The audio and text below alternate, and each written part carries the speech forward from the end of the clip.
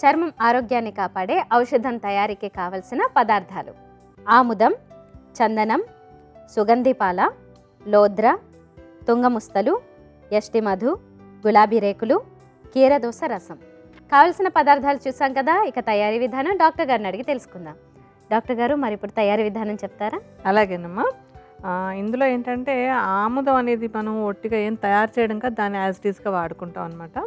అంటే ఇందాక ఆవిడ చెప్పారు కదా, మెడ మీద అంతా నల్లగా అయిపోయింది, చారలు చారలుగా ఉంటుందని. ప్రత్యేకంగా ఆ భాగం మీద ఇది రాత్రిపూట రాసేసుకుని ఉంచుకోవాలి. మిగతా శరీరం మీదంతా కూడా పొద్దున్న లేవగానే, అంటే మరీ డ్రైగా ఉంది, చిరాకు పెడుతోంది అనుకుంటే ఆముదాన్ని పైపూతగా ముందు రాసుకోవచ్చు అనమాట. అంటే మన ఔషధం తయారీలో వాడుకోము, బట్ దీన్ని ముందుగా రాసుకోవడానికి వాడుకుంటాం అనమాట. ఇక మిగతా పదార్థాలన్నీ కలిపి మన ఔషధం తయారు చేస్తాం. ఇప్పుడు బౌల్ రెడీగా ఉంది కదా. ముందుగా మనం సుగంధి పాల తీసుకుందాం. సుగంధి పాల అనేది చర్మానికి ఒక మంచి మూలిక అనమాట. చర్మం ఆరోగ్యంగా ఉండడానికి, చర్మపు రంగు బాగుండడానికి కూడా చక్కగా ఉపయోగపడేటువంటి మూలిక ఇది.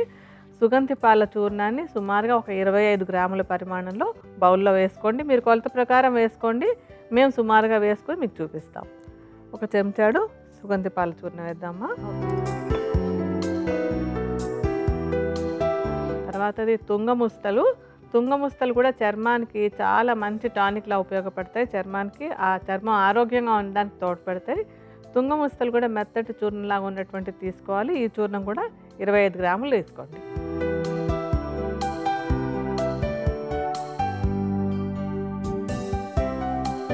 తర్వాత యష్టిమధు.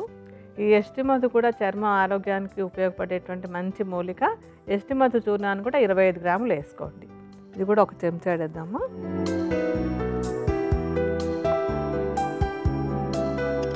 తర్వాత లోద్ర.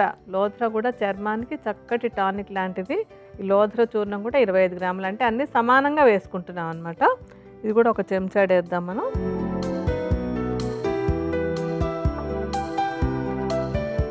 తర్వాత చందనం. చందనం అందరికీ తెలిసిందే, ఇది చర్మానికి ఉపయోగపడుతుందని కూడా అందరికీ తెలిసినటువంటిదే. చందనాన్ని కూడా సమానంగా 25 గ్రాములు వేసుకోండి.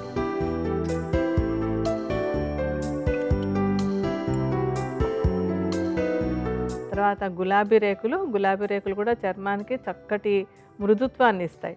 గులాబీ రేకుల్ని ఎండబెట్టేసి పొడిలాగా చేసుకుని ఈ పొడిని ఒక 25 గ్రాములు కలుపుకోండి.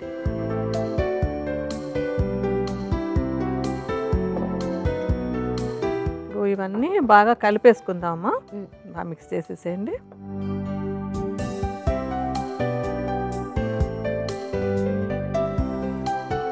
ఇలా ఏంటంటే ఇవన్నీ రెడీగా పోసుకుని ఉంచేసుకుంటాం, ఎప్పటికప్పుడు వాడుకోవడానికి కోసం అని ఒకసారికి రెడీగా పెట్టుకుంటాం. దీన్ని వాడుకోవడం ఎలాగంటే, ఇప్పుడు సుమారుగా ఒక పెద్ద చెంచాడు చూర్ణాన్ని ఒక బౌల్లోకి తీసుకోండి.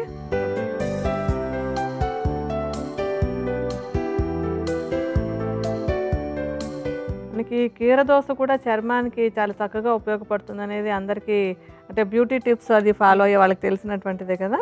సో కీరదోసని కొంచెం రసంలాగా తీసుకుని ఈ రసాన్ని కొద్దిగా మనం ఆ చూర్ణంలో కలుపుకోవాలన్నమాట. అంటే ఒక లేపనం తయారయ్యేలాగా చేసుకోవాలి దాన్ని.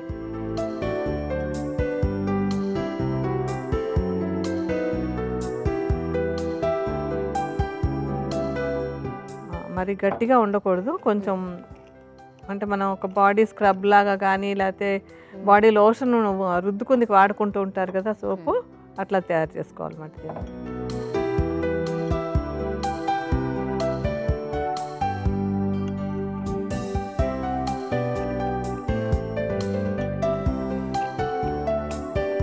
ఇలా బాగా కలిపేసి ఒక గంట సేపు విడిగా ఉంచేసుకుంటే కొంచెం బాగా మెత్తగా నానుతుంది అనమాట అది.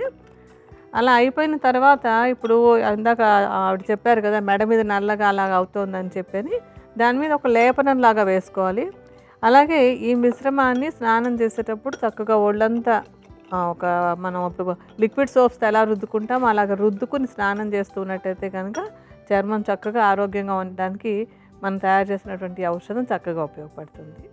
ఓకే డాక్టర్ గారు, చర్మం ఆరోగ్యాన్ని పెంచే ఔషధం తయారీకి కావలసిన పదార్థాలు, తయారీ విధానం మరొకసారి చూద్దాం. ఆముదం, చందనం, సుగంధిపాల, లోద్ర, తుంగముస్తలు, యష్టిమధు, గులాబీ రేకులు, కీరదోస రసం. ఇక తయారీ విధానం చూద్దాం.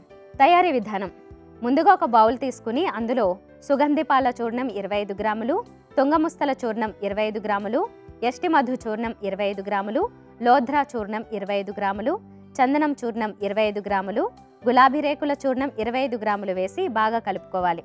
తర్వాత ఒక చిన్న బౌల్ తీసుకుని అందులో ముందుగా కలుపుకున్న చూర్ణాల మిశ్రమాన్ని ఒక పెద్ద చెంచాడు వేసి తగినంత కీరదోస రసాన్ని వేసి కలుపుకుని 1 గంట సేపు విడిగా ఉంచుకోవాలి.